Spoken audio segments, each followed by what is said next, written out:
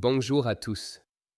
La jalousie excessive dans le couple est un sujet délicat, mais essentiel à aborder pour comprendre les dynamiques relationnelles et préserver l'équilibre amoureux.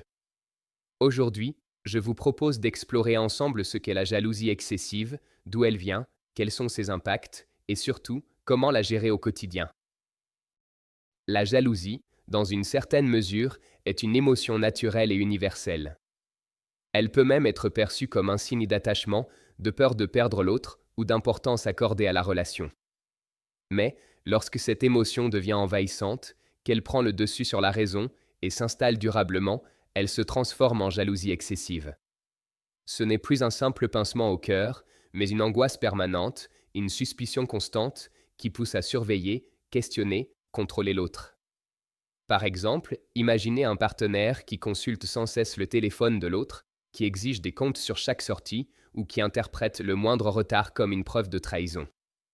Dans ces situations, la jalousie n'est plus seulement une émotion passagère, elle devient un mode de fonctionnement qui empoisonne la vie de couple. Quand on parle de jalousie, on évoque souvent une émotion désagréable, parfois envahissante.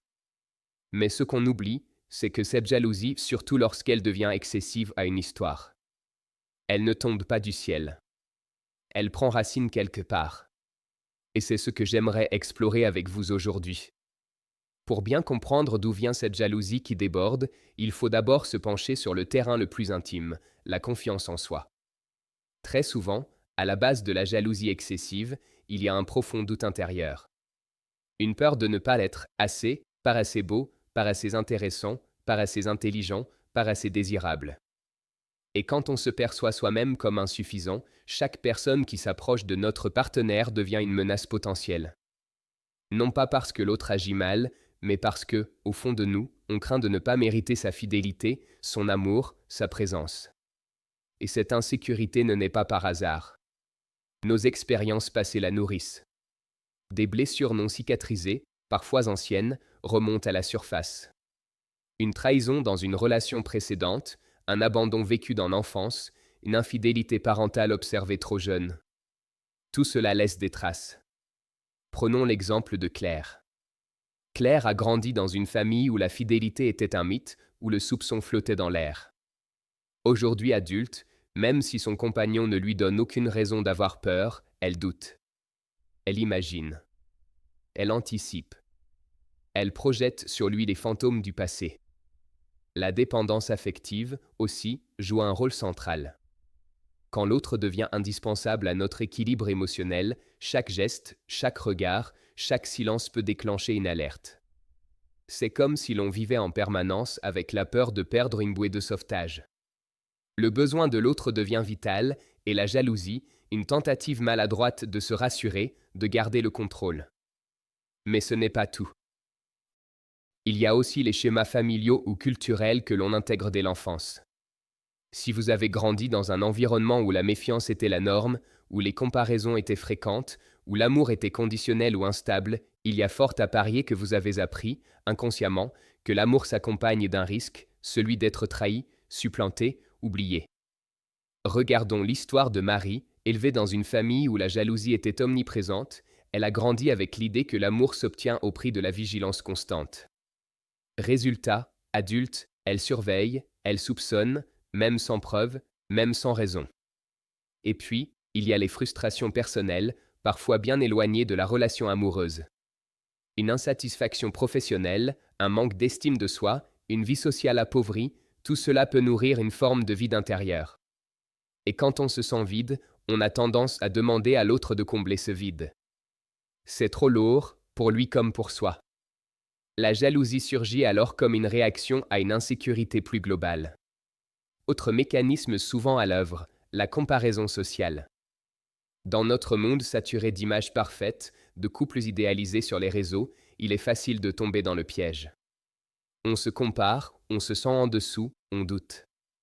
Et plus on doute, plus la jalousie s'insinue. Parfois, elle peut même devenir un moyen de contrôle.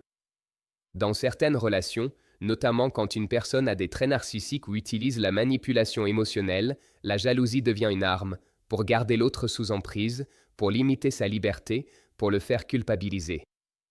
Ce n'est plus une peur, c'est une stratégie. Enfin, n'oublions pas le rôle des troubles de l'humeur. L'anxiété, la dépression, les périodes de deuil ou de fragilité émotionnelle viennent amplifier notre susceptibilité à la jalousie.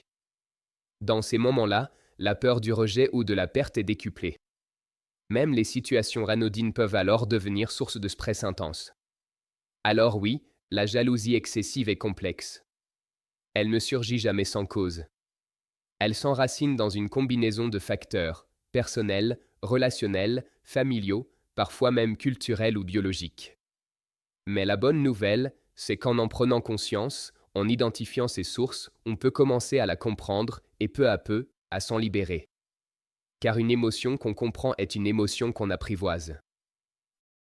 Après avoir exploré les racines profondes de la jalousie, il est essentiel de comprendre les impacts concrets que peut avoir une jalousie excessive sur la dynamique du couple. Car si la jalousie peu à petite dose semblait témoigner d'un attachement ou d'un intérêt sincère pour l'autre, elle devient rapidement destructrice lorsqu'elle n'est plus maîtrisée. Dans ma pratique clinique, j'ai pu constater que cette forme exacerbée de jalousie s'installe progressivement. Elle débute souvent de manière insidieuse, des interrogations apparemment anodines, des remarques ponctuelles, une attention accrue portée à l'emploi du temps ou aux fréquentations du partenaire. Mais avec le temps, ces comportements deviennent récurrents, intrusifs et génèrent une tension constante au sein de la relation. Le partenaire jaloux multiplie alors les vérifications, les questions, les reproches. Il cherche à se rassurer, mais le soulagement est toujours temporaire. Il faut sans cesse de nouvelles preuves, de nouvelles garanties, qui finissent par épuiser le partenaire. L'espace de confiance, fondement de toute relation équilibrée, se resserre progressivement, laissant place à un climat de suspicion, de doute et d'angoisse. La communication devient alors particulièrement fragilisée.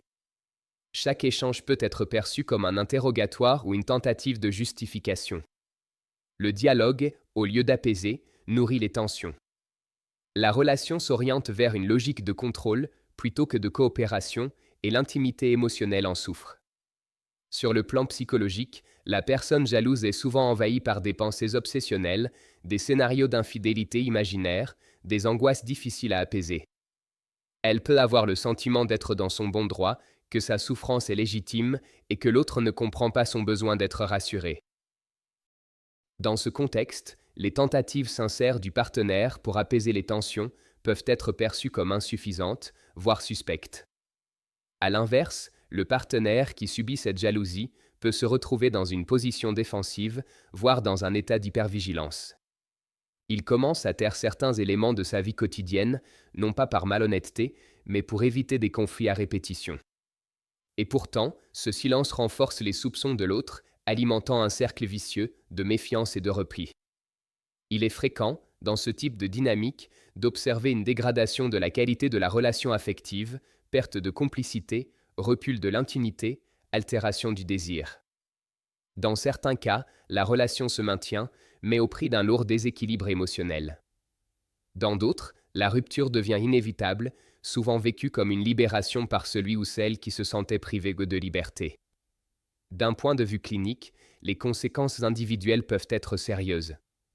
La jalousie excessive peut conduire à une anxiété chronique, à une baisse significative de l'estime de soi, à des comportements de contrôle obsessionnel et dans certains cas, à des épisodes dépressifs ou des conduites agressives.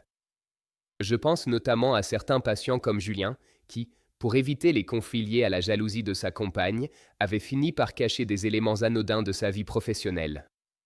Ce comportement, motivé par la peur des réactions de l'autre, a fini par nourrir davantage la suspicion, accentuant la fracture relationnelle. Ce type de scénario illustre parfaitement l'enfermement progressif du couple dans une logique de contrôle et de méfiance mutuelle. Enfin, il est essentiel de souligner que cette dynamique ne résulte pas d'un manque d'amour, mais bien souvent d'une souffrance non reconnue. La personne jalouse ne cherche pas nécessairement à nuire. Elle tente, maladroitement, de soulager une insécurité interne, souvent héritée de blessures plus anciennes. C'est précisément à cet endroit que le travail thérapeutique peut commencer, non pas pour condamner, mais pour comprendre, décoder et progressivement transformer ces comportements destructeurs en une quête plus saine de sécurité et de lien. Car rappelons-le, l'amour véritable ne peut s'épanouir ni sous contrôle, ni sous la peur. Il se nourrit de confiance, de liberté et de responsabilité affective partagée. Nous allons maintenant examiner les différentes stratégies permettant de transformer la jalousie destructrice en une relation plus équilibrée et sereine. Il existe des solutions concrètes et efficaces que nous allons découvrir ensemble. Tout d'abord, le courage de la reconnaissance. Il s'agit d'accepter sa jalousie sans jugement.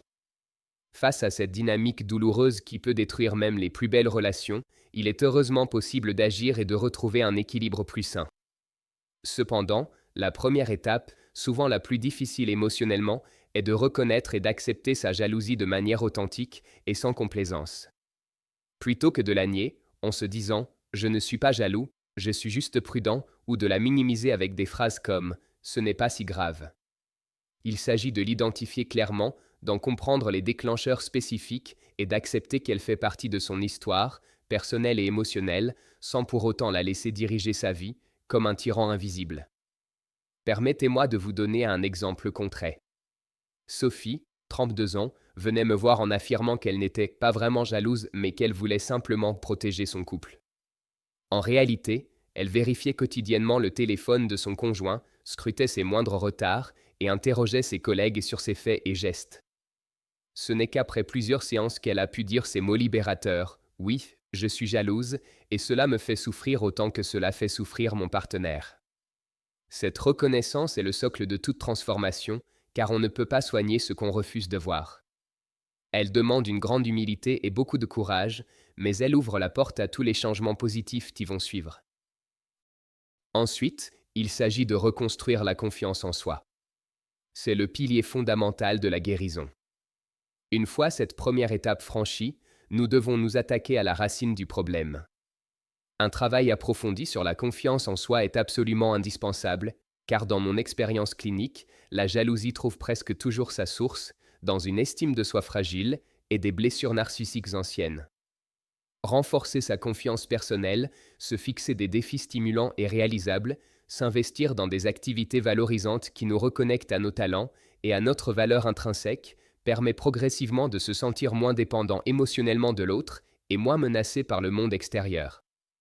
Laissez-moi vous raconter l'histoire de Marc, un homme de 38 ans qui était devenu jaloux de tous les collègues et masculins de sa compagne. Il avait abandonné la guitare, sa grande passion, depuis le début de sa relation amoureuse, consacrant tout son temps libre à surveiller et à questionner sa partenaire. Quand nous avons commencé à travailler ensemble, je lui ai suggéré de reprendre cet instrument qu'il avait autrefois rendu si fier de lui. Au début, Marc résistait, je n'ai plus le temps, et puis à quoi bon? Mais petit à petit, en retrouvant ses accords, en rejouant ses morceaux favoris, puis en composant de nouvelles mélodies, il a redécouvert cette partie de lui-même qu'il avait abandonnée. Sa confiance s'est reconstruite, note après note, et parallèlement, sa jalousie s'est considérablement apaisée. Quand nous renforçons notre identité propre et notre sentiment de valeur personnelle, nous devenons naturellement moins dépendants de la validation constante de notre partenaire. Cette reconstruction passe aussi par des affirmations positives quotidiennes. Je recommande à mes patients de répéter chaque matin des phrases comme « Je mérite l'amour sans contrôle » ou « Ma valeur ne dépend pas de l'attention exclusive de mon partenaire ».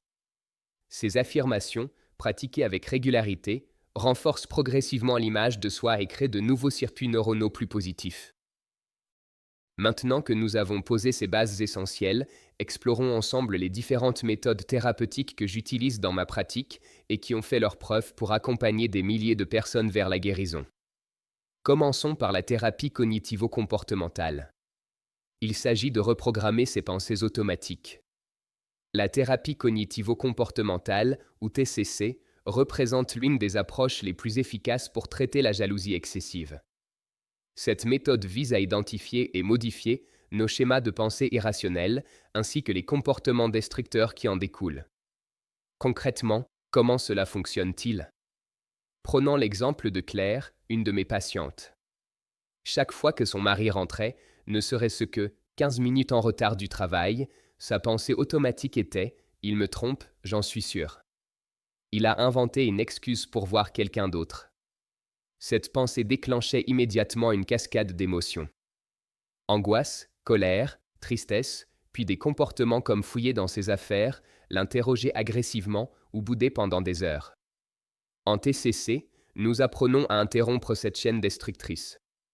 Nous avons travaillé ensemble pour que Claire identifie cette pensée automatique, puis la remplace par des alternatives plus rationnelles comme « il est peut-être coincé dans les embouteillages ».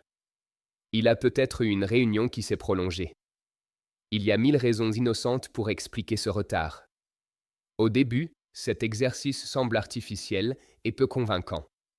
Mais avec la pratique quotidienne, ces nouvelles pensées deviennent progressivement plus naturelles et automatiques.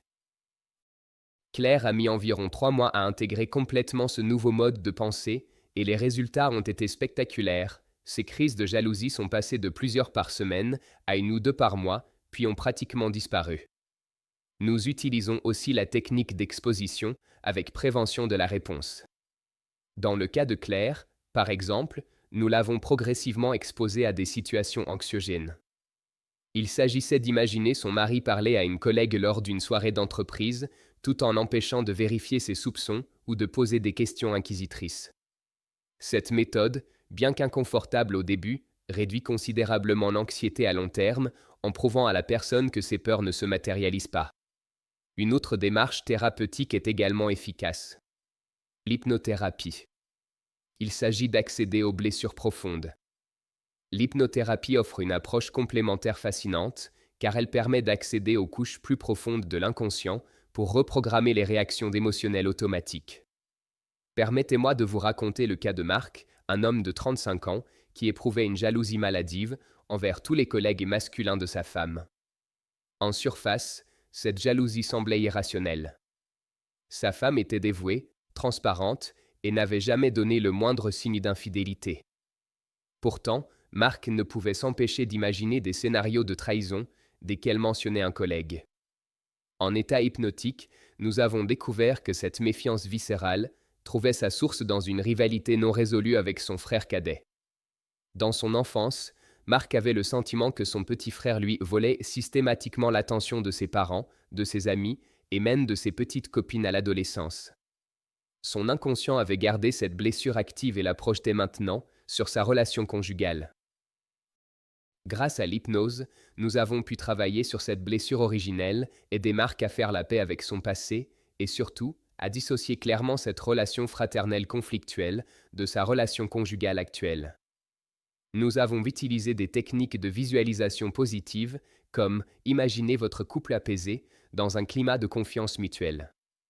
Nous avons également utilisé des ancrages de sentiments de sécurité qui permettent à Marc de retrouver rapidement son calme intérieur quand l'angoisse monte. Abordons maintenant la thérapie de couple systémique. Il est important de comprendre que la jalousie n'est pas seulement un problème individuel, mais aussi un symptôme qui révèle des dysfonctionnements dans la dynamique du couple. C'est pourquoi la thérapie de couple systémique, qui travaille sur les interactions entre les partenaires, plutôt que sur l'individu seul, s'avère souvent indispensable. Cette approche part du principe que chaque partenaire contribue, consciemment ou inconsciemment, à maintenir certains schémas relationnels, y compris ceux qui nourrissent la jalousie. Dans ma pratique, j'utilise de nombreux exercices concrets pour révéler et transformer ces dynamiques. Voici un exercice que je propose systématiquement. Chaque partenaire écrit séparément ses attentes profondes et ses peurs secrètes concernant la relation. Puis, il les partage sans jugement ni interruption. Récemment, un couple que j'accompagne a vécu une révélation grâce à cet exercice. Julien, 41 ans, était devenu extrêmement jaloux et possessif envers sa compagne Émilie. Il l'appelait plusieurs fois par jour, voulait connaître ses moindres faits et gestes et faisait des scènes desquelles sortait avec ses amis. Émilie, épuisée, envisageait la rupture. Lors de l'exercice d'écriture, une vérité surprenante a émergé. La jalousie de Julien masquait en réalité un besoin désespéré de moments de qualité avec sa compagne. En effet, depuis qu'Émilie avait obtenu une promotion très prenante, leurs soirées en tête-à-tête s'étaient raréfiées et leur week-end était souvent pris par les obligations sociales et familiales. Julien, incapable d'exprimer directement ce besoin légitime, l'exprimait de façon détournée, par la jalousie et le contrôle. Une fois cette dynamique comprise, le couple a pu mettre en place des solutions concrètes comme une soirée hebdomadaire réservée exclusivement à leur couple, un week-end par mois sans aucune obligation extérieure, et surtout, une communication plus directe sur leurs besoins respectifs. Cette thérapie nous amène également à rétablir des limites saines et clairement définies. Ensemble, nous définissons des règles qui rassurent sans tomber dans le contrôle excessif. Par exemple, je t'informe si je rentre après 20 heures, ou nous nous donnons mutuellement accès à nos téléphones, mais nous respectons l'intimité des conversations avec nos amis proches. Ces accords, négociés dans le respect mutuel, créent un cadre sécurisant pour les deux partenaires. Au-delà des séances thérapeutiques, il existe de nombreux outils pratiques que vous pouvez utiliser au quotidien pour gérer vos émotions et prévenir les crises de jalousie.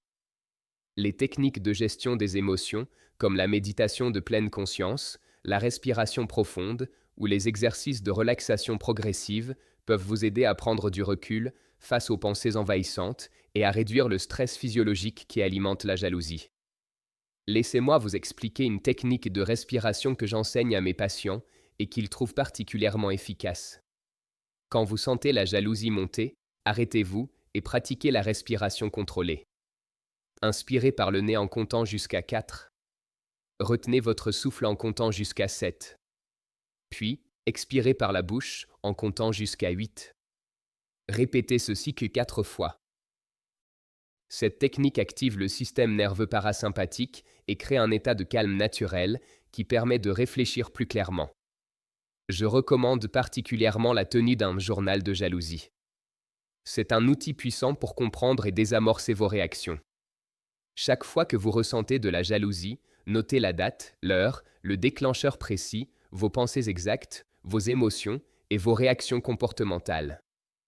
Notez aussi le contexte. Étiez-vous fatigué? Stressé par le travail? Aviez-vous eu une dispute récente?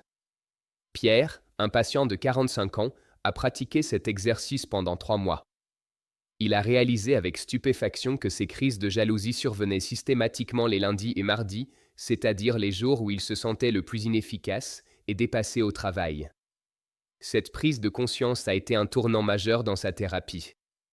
En travaillant sur sa gestion du stress professionnel et en apprenant à séparer sa vie personnelle de sa vie professionnelle, ses crises de jalousie ont pratiquement disparu.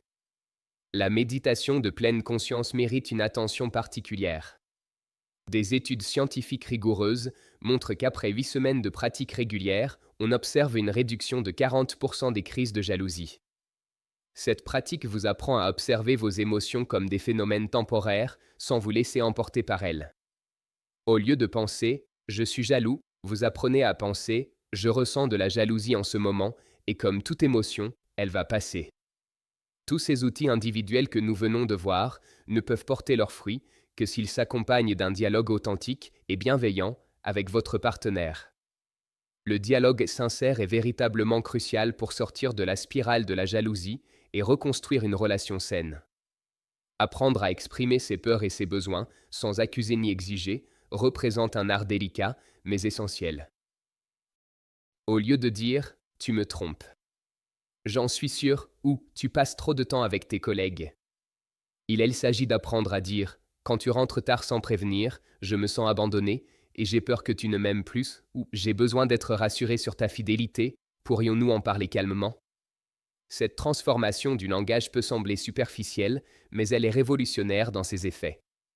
Quand vous exprimez vos émotions, plutôt que vos accusations, votre partenaire peut vous entendre et vous soutenir au lieu de se défendre et de contre-attaquer. Il peut être extraordinairement libérateur de partager l'origine de votre jalousie avec votre partenaire. Racontez-lui votre histoire. Avez-vous été trahi dans une relation précédente? Avez-vous grandi dans une famille où l'infidélité était présente? Avez-vous des blessures d'abandon remontant à l'enfance? Cette vulnérabilité authentique, loin de vous affaiblir, permet souvent à votre partenaire de mieux comprendre vos réactions et de vous accompagner avec plus de compassion dans votre processus de guérison. Ensemble, vous pouvez convenir de petits gestes ou de rituels qui vous rassurent sans tomber dans le contrôle excessif. Par exemple, un couple que j'accompagne a mis en place un code secret. Quand l'un des deux ressent de l'angoisse ou de la jalousie, il peut envoyer, via son smartphone, un emoji cœur à l'autre, qui répond immédiatement par un message rassurant. Simple, mais efficace pour désamorcer les crises naissantes. Un autre point important est à prendre en compte pour sortir de la spirale de la jalousie. La restauration de limites saines. Il s'agit de trouver un équilibre entre fusion et individualité. Cette étape est essentielle car beaucoup de couples jaloux oscillent entre deux extrêmes également toxiques. La fusion totale ou la méfiance permanente. Il est absolument essentiel que chacun puisse préserver son espace personnel, ses activités propres, ses amitiés et sa vie sociale sans que cela soit systématiquement vécu comme une menace ou une trahison par l'autre. La confiance mutuelle authentique se construit dans le respect scrupuleux de l'individualité de chacun et non dans la fusion étouffante ou la surveillance constante qui détruit l'amour à petit feu. Concrètement, cela signifie accepter que votre partenaire ait des conversations privées avec ses amis, qu'il puisse sortir sans vous quelquefois, qu'il ait des centres d'intérêt qui ne vous passionnent pas ou qu'il conserve une certaine intimité dans certains domaines de sa vie. Cette indépendance, loin de menacer votre couple, le nourrit en permettant à chacun de rester une personne entière et désirable. J'accompagne actuellement un couple où la femme avait progressivement renoncé à toutes ses amitiés féminines pour éviter de rendre son mari jaloux. Résultat. Elle se sentait isolée et déprimée, et lui se sentait étouffé par sa dépendance émotionnelle totale. Nous travaillons maintenant ensemble pour qu'elle renoue avec ses amis et développe ses propres centres d'intérêt. Paradoxalement, plus elle devient autonome et épanouie, plus leur relation de couple s'améliore. Il est important de reconnaître que dans certains cas, malgré tous vos efforts et votre bonne volonté, un accompagnement thérapeutique professionnel, qu'il soit individuel ou de couple, s'avère absolument nécessaire. Il n'y a aucune honte à demander de l'aide. Au contraire, c'est faire preuve de sagesse et de courage. Un psychologue ou un thérapeute spécialisé peut vous aider à explorer les blessures anciennes qui alimentent votre jalousie, à déconstruire méthodiquement les schémas de pensée négatifs qui vous emprisonnent et à mettre en place de nouveaux modes de fonctionnement plus sains et plus épanouissants. N'hésitez pas à consulter si la jalousie impacte significativement votre quotidien, votre sommeil, votre travail ou vos relations sociales. Si votre couple traverse une crise majeure, si les disputes deviennent quotidiennes ou si vous sentez que vous perdez le contrôle de vos émotions et de vos comportements, il est temps de chercher un soutien professionnel. Les thérapies modernes sont remarquablement efficaces. Les études montrent qu'après 8 semaines de thérapie, combinant approche cognitive et méditation de pleine conscience, on observe une réduction moyenne de plus de 50% des crises de jalousie. Avec un accompagnement adapté, la plupart des personnes retrouvent un équilibre émotionnel et relationnel satisfaisant en quelques mois. En conclusion, j'aimerais que vous reteniez ce message d'espoir.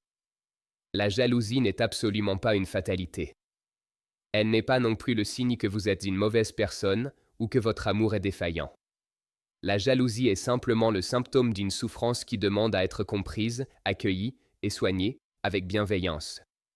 Avec les bons outils thérapeutiques, un engagement sincère des deux partenaires et parfois l'aide précieuse d'un professionnel, il est non seulement possible de surmonter la jalousie, mais aussi de construire une relation encore plus solide, plus authentique et plus épanouissante qu'auparavant. Votre couple peut non seulement retrouver sérénité et complicité, mais découvrir une intimité et une confiance plus profondes que jamais. Beaucoup de mes patients me disent quelques mois après la fin de leur thérapie, finalement, cette crise de jalousie a été un mal pour un bien. Elle nous a obligés à vraiment nous parler, à nous connaître mieux, et aujourd'hui, notre relation est plus belle qu'elle ne l'a jamais été. Alors, gardez espoir. Soyez patient avec vous-même et avec votre partenaire, et n'hésitez pas à chercher l'aide dont vous avez besoin. Votre bonheur et celui de votre couple en valent la peine. Si cette vidéo vous a aidé, n'hésitez pas à la partager avec d'autres personnes qui pourraient en bénéficier et à me poser vos questions en commentaire. Je vous souhaite tout le bonheur que vous méritez. Prenez soin de vous et de votre relation.